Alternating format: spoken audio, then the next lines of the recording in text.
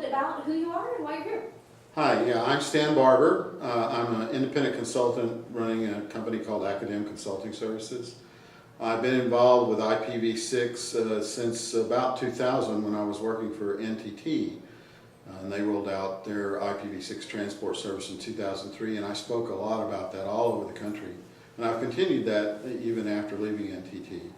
So, I believe strongly in IPv6 as being the next generation of the internet, and I just enjoy coming to talk to people about how they might implement it. Great, so tell us a little bit about your presentation today.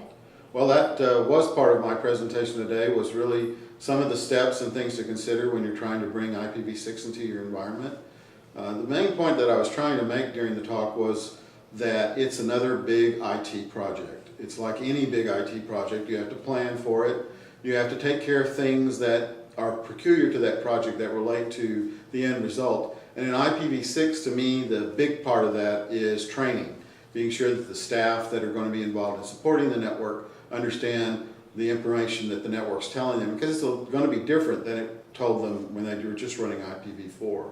And then helping your help desk people understand how to help people that might be having problems with the network that might relate to IPv6 as opposed to IPv4. And then finally actually doing the work and being sure you get it done effectively, and that you communicate with your community about what you're doing so that they're not surprised the next day when they come in and something might be a little bit different than it was before. So any special advice for those future implementers out there? Well, I think the good news is that anyone who's starting today is benefiting from the fact that IPv6 has been around for about a decade and is already in a lot of the vendor products that they probably use. The biggest issue that I see, and that I would advise that anyone who's putting it in place today, is to be willing to do some upgrades of stuff that's really ancient. If they've got anything that's been in their network for 10 years or more, it probably can't run IPv6.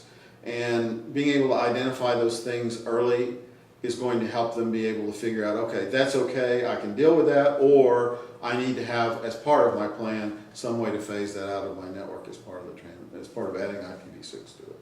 Great, thank you very much. Sure.